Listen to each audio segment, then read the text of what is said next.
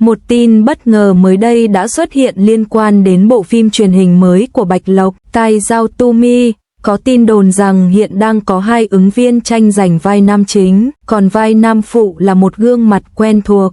Những lời bàn tán ban đầu xung quanh việc Bạch Lân được chọn vào vai trong Tai Giao Tu Mi không chủ yếu là do chuyển thể từ tiểu thuyết của Ích Thư, mà là một loạt chi tiết do Lâm Vũ Thẩm đạo diễn, Bạch Lộc đóng chính, với tin đồn cho rằng vai nam chính có thể thay đổi giữa Bành Quan Âm và Lý Vân Dui, và Trường Hoa Sơn được dự kiến sẽ đóng vai nam phụ.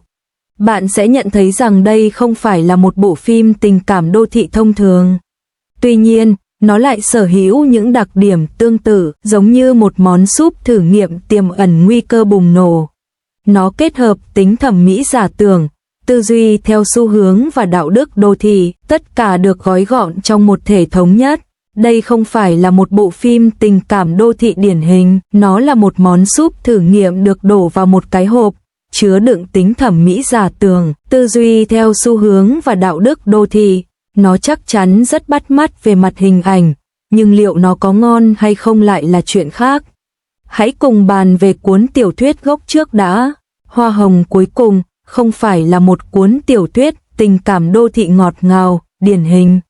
Cốt truyện ban đầu xoay quanh việc một người bạn thân cướp mất bạn trai của cô ấy, tạo nên một mối tình tay ba ngày càng leo thang thành một mối quan hệ 4 người đầy đau khổ và cuối cùng dẫn đến sự hủy diệt hoàn toàn. Bạn tưởng mình đang đọc về tình yêu, nhưng thực chất bạn đang chứng kiến một sự phán xét về nhân loại. Isu viết như thể cô ấy đã uống 3 cân rượu trắng, tuôn ra những câu nói vàng son trong khi đồng thời giáng những đòn sắc bén.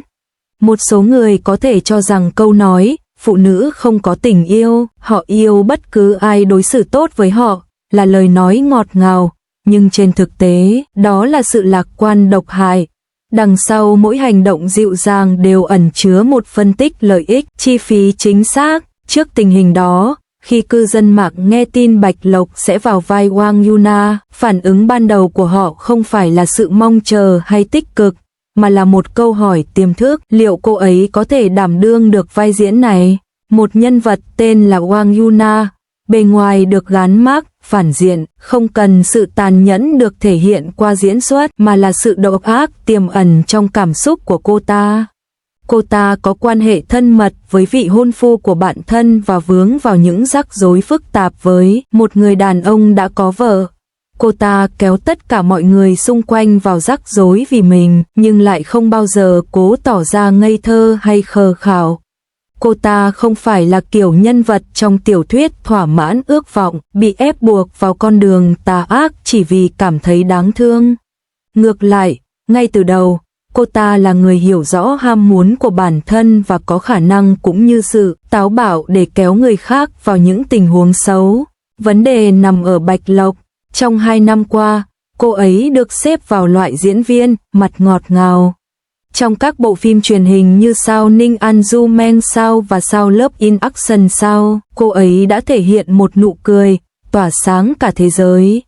Hơn nữa, sự xuất hiện của cô ấy trong Sao Running Man Sao, nơi cô ấy lăn lộn trong bùn suốt 3 tập, đã củng cố hình tượng một người vui vẻ, dễ tính và không hề giả tạo. Điều này đã tạo nên một hình ảnh mạnh mẽ về cô ấy trong tâm trí khán giả. Nếu cô ấy đột nhiên chuyển hướng và vào vai một người phụ nữ chủ động xen vào mối quan hệ của bạn thân, sử dụng cảm xúc như con bài mặc cả, khán giả sẽ không nhất thiết phản đối khía cạnh xấu. Thay vào đó, họ sẽ dễ dàng mất hứng thú với cốt truyện, họ sẽ vô thức tách mình khỏi cốt truyện và nói, đây là Bạch Lộc đang bắt chước một nhân vật phản diện trong một chương trình giải trí. Đó là lúc tên của đạo diễn Lin Yuen hiện lên trong tâm trí. Những tác phẩm tiêu biểu trước đây của cô ấy vẫn còn đó để khán giả chiêm ngưỡng. Trong quá trình quay phim Sao Eternal Love Sao, cô ấy đã thể hiện sự tàn nhẫn của Sujin một cách xuất sắc.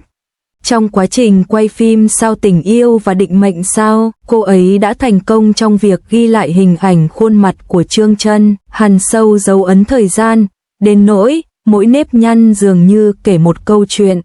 Cô ấy giỏi điều gì? Ghi lại cảm xúc dưới dạng hình ảnh, và biến số phận nhân vật thành tính thẩm mỹ. Có một khía cạnh quan trọng và đầy thách thức ở đây, nếu bạn áp dụng bộ lọc giả tưởng, huyền ảo vào một bộ phim truyền hình đô thị, vẻ đẹp hình ảnh sẽ trở nên giống như một quảng cáo thời trang cao cấp.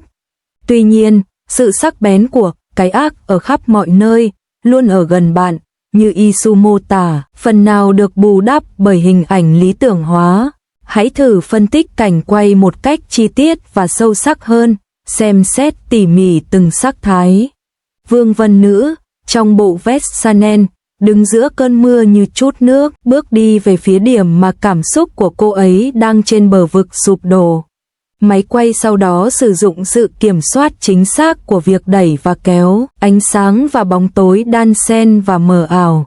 Khi âm nhạc bắt đầu, khung cảnh chắc chắn sẽ tràn ngập một cảm giác mạnh mẽ, bùng nổ. Tuy nhiên, cảm giác thăng hoa này lại quá mãnh liệt. Điều khán giả cảm nhận được có thể là, ồ, thật thời trang, chứ không phải, người này thật đáng sợ. Nỗi sợ lớn nhất của phim truyền hình đô thị là, quá đẹp. Nếu bạn khắc họa cái ác như một bìa tạp chí thời trang, khán giả sẽ vô thức lùi lại một bước nhỏ, chuyển sự chú ý sang việc chiêm ngưỡng cảnh đẹp hơn là bị lay động bởi cốt truyện. Chẳng phải như vậy sẽ tốt hơn sao? Đẩy dự án này đi xa hơn một chút, mối nguy hiểm thực sự nằm ở ý định tiềm tàng của ekip sản xuất, làm suy yếu cái ác tột cùng được miêu tả trong tiểu thuyết của Isu, biến nó thành một câu chuyện trưởng thành của những người phụ nữ độc lập, phù hợp với dư luận. Hiện nay, trong tác phẩm gốc, mỗi bước đi đều dẫn đến những lựa chọn tồi tệ hơn, đó là một hành động có chủ đích của sự bóc lột, kiểm soát và trả thù. Nếu kịch bản được thay đổi sao cho nữ chính, sau khi bị bạn thân phản bội, khóc lóc thảm thiết, rồi tỉnh ngộ và cuối cùng trở thành phiên bản tốt hơn của chính mình, thì đó chính là điều bạn mô tả là mài dao thành tăm. Một chiếc tăm vẫn có thể đâm, nhưng không gây đau, dư luận vẫn an toàn, nhưng bộ phim sẽ bị phá hỏng. Quá trình tuyển chọn diễn viên cũng đầy dẫy vấn đề.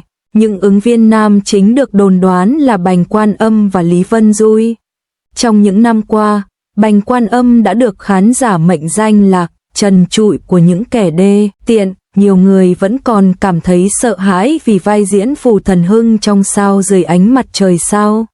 Đó là một cảm giác kìm nén, một bầu không khí nguy hiểm, một cảm giác áp bức như thể sắp bùng nổ bất cứ lúc nào, thực sự rất phù hợp để thể hiện người đàn ông đã có vợ nhưng lại dẫn dắt nữ chính từng bước trên con đường trụy lạc.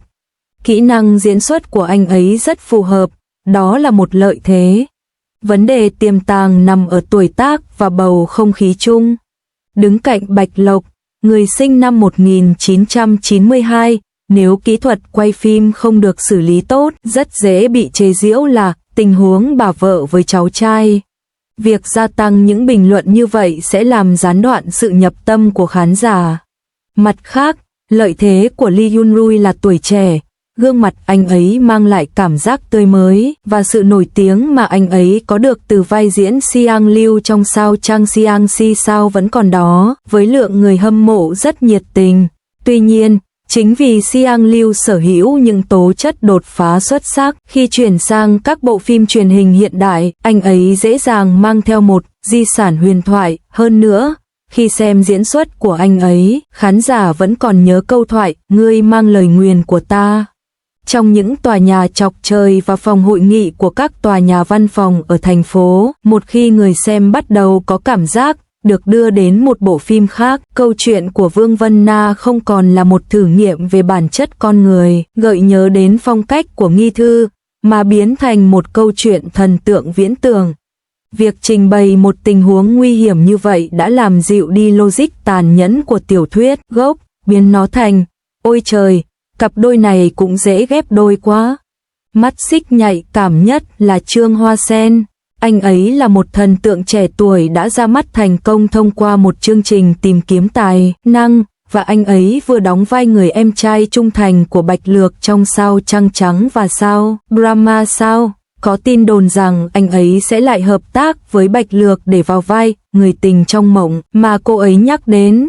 Đội ngũ sản xuất ngay lập tức nhìn thấy cơ hội, khai thác sự nổi tiếng của khán giả, tìm kiếm một lượng fan trẻ tuổi và đưa yếu tố fan vào phim.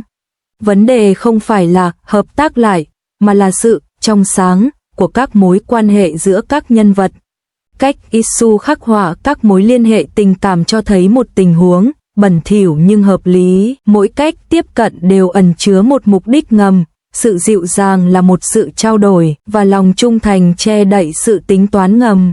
Nếu cách Trang Hoa Dần thể hiện tình cảm quá thuần khiết, hoàn toàn tuân theo công thức phim thần tượng thông thường, thì toàn bộ mạng lưới các mối quan hệ sẽ trở nên giống như một lớp lọc chồng lên nhau, đẹp đẽ ở bề ngoài, nhưng thiếu đi sự phức tạp, hỗn loạn, hoặc chiều sâu khó chịu cần thiết.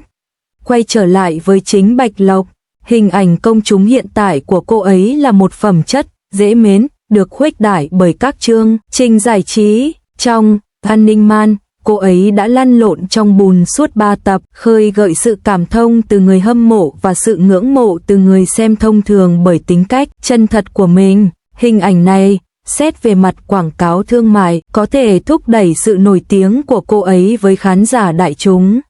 Tuy nhiên, đối với một người phụ nữ thực sự điển hình, hoàn toàn phản diện, đó là con dao hai lưỡi, vừa có lợi thế vừa có bất lợi. Nếu bạn muốn khán giả quên đi nụ cười vô tư của Bạch Lộc trong lúc giằng xé, và tin vào lời miêu tả của Vương Vân Nữ về mỗi nụ cười đều ẩn chứa sự tính toán, thì bạn phải trau dồi một phong thái hoàn toàn khác, lạnh lùng trong diễn xuất của mình. Không phải bằng ánh mắt trừng trừng và la hét kiểu diễn xuất được gọi là hung dữ, mà là bằng sự lạnh lùng. Khi cô ấy cười, bạn sẽ nhận ra đó không phải vì hạnh phúc, mà vì cô ấy đã lên kế hoạch cho mọi thứ. Khi cô ấy nói cảm ơn, nghe như thể cô ấy đang mặc cả, chứ không phải chân thành. Nếu không xử lý tốt điều này, nó có thể dễ dàng lặp lại tranh cãi xung quanh sao câu chuyện về Hoa Hồng sao, vì vẻ ngoài hàng đầu và khí chất, chi chư, một loại thanh lịch tinh tế. Vai diễn hoàng nghệ mịch của Lưu Diệc Phi trong vai người chiến đấu vì bạn trai đã bị chỉ trích nặng nề, nó giống như một nàng tiên xuống trần gian để chịu đựng gian khổ, tạo ra cảm giác bất an trong khán giả. Đó là bởi vì những định kiến của khán giả quá mạnh. Bạch Lộc hiện đang đi theo một con đường đầy rủi ro tương tự. Nếu khán giả đã quen với hình ảnh ngọt ngào và ngây thơ của bạn, thì khi bạn thể hiện một nhân vật hoàn toàn độc ác nhưng lại đức hạnh tuyệt đối, kịch bản cần phải cung cấp đủ bằng chứng hỗ trợ, và đạo diễn cũng phải cung cấp đủ chất liệu để hỗ trợ sự thay đổi hình tượng đầy kịch tính này. Tóm lại, chìa khóa của dự án này không phải là thay đổi hay không thay đổi, mà là liệu chúng ta có đủ can đảm để đi đến cùng hay không. Đó là lý do cơ bản. Trong kịch bản do Isu miêu tả, có một nhân vật tên là Wang Yuna, sự trưởng thành của cô ấy không hướng đến lòng tốt mà hướng đến việc đạt được mức độ kiểm soát cao hơn. Những gì cô ấy học được là cách bóc lột, cách gây ra sự hủy diệt và cách rèn luyện bản thân để trở thành người chiến thắng ở một nơi dường như đã trở thành đống đổ nát. Nếu phim truyền hình có kế hoạch thay đổi, điều này hoàn toàn khả thi. Tuy nhiên, tuyệt đối không thể biến cái logic lạnh lùng đó thành những lời lẽ sáo rỗng, dễ nghe như học cách chăm sóc bản thân sau khi bị tổn thương, hay phụ nữ giúp đỡ nhau vượt qua chấn thương tâm lý. Bạn hoàn toàn có thể làm phim về sự hỗ trợ lẫn nhau giữa phụ nữ, nhưng sao Cai Giao Tu Mi sao không phải là tác phẩm như vậy? Thực tế hơn, môi trường hiện tại đối với ngôn ngữ quảng bá đặc biệt nhạy cảm. Nếu ekip sản xuất quảng bá sự độc lập của phụ nữ và sự hỗ trợ lẫn nhau giữa phụ nữ, trong khi đồng thời khắc họa Vương Vân Nữ là một người phụ nữ được chỉnh sửa, ngầu và cá tính, thì khán giả sẽ phản ứng bằng cách đảo mắt nhanh hơn bất kỳ chủ đề thịnh hành nào. Điểm mấu chốt của tác phẩm gốc nằm ở câu này, có những người không bao giờ cố tình tỏ ra ngây thơ, họ chỉ đơn giản là hiểu rõ hơn cách đạt được điều mình muốn. Nếu bạn khắc họa cô ấy là một người tốt bị hiểu lầm, đó là phản bội lại tác phẩm gốc. Tất nhiên, đừng quên vấn đề thực sự, chi tiết phát hành vẫn chưa được phê duyệt, và danh sách diễn viên hiện chỉ là tin đồn. Sự bàn tán hiện tại phần lớn là một hình thức diễn tập tâm lý, ngay cả khi không có buổi biểu diễn thực tế, khán giả đã tự diễn tập cảm xúc của mình.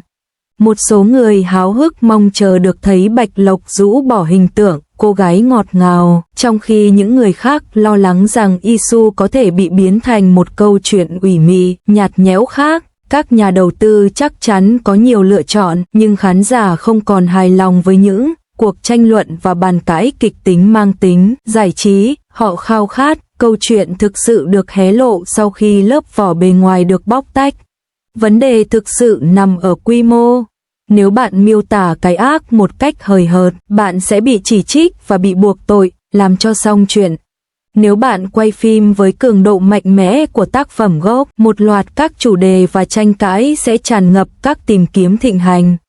Câu hỏi đặt ra là liệu có nên thỏa hiệp với thị trường, hay thực sự miêu tả địa ngục của Vương Vân Nữ này như một tấm gương phản chiếu bản chất ma quỷ thực sự của những kẻ gây ra nó. Chính điều này làm cho dự án này trở nên hấp dẫn và đầy rủi ro. Chúng ta có lẽ sẽ sớm biết câu trả lời khi các áp phích cuối cùng được dán lên và hoạt động. Huyền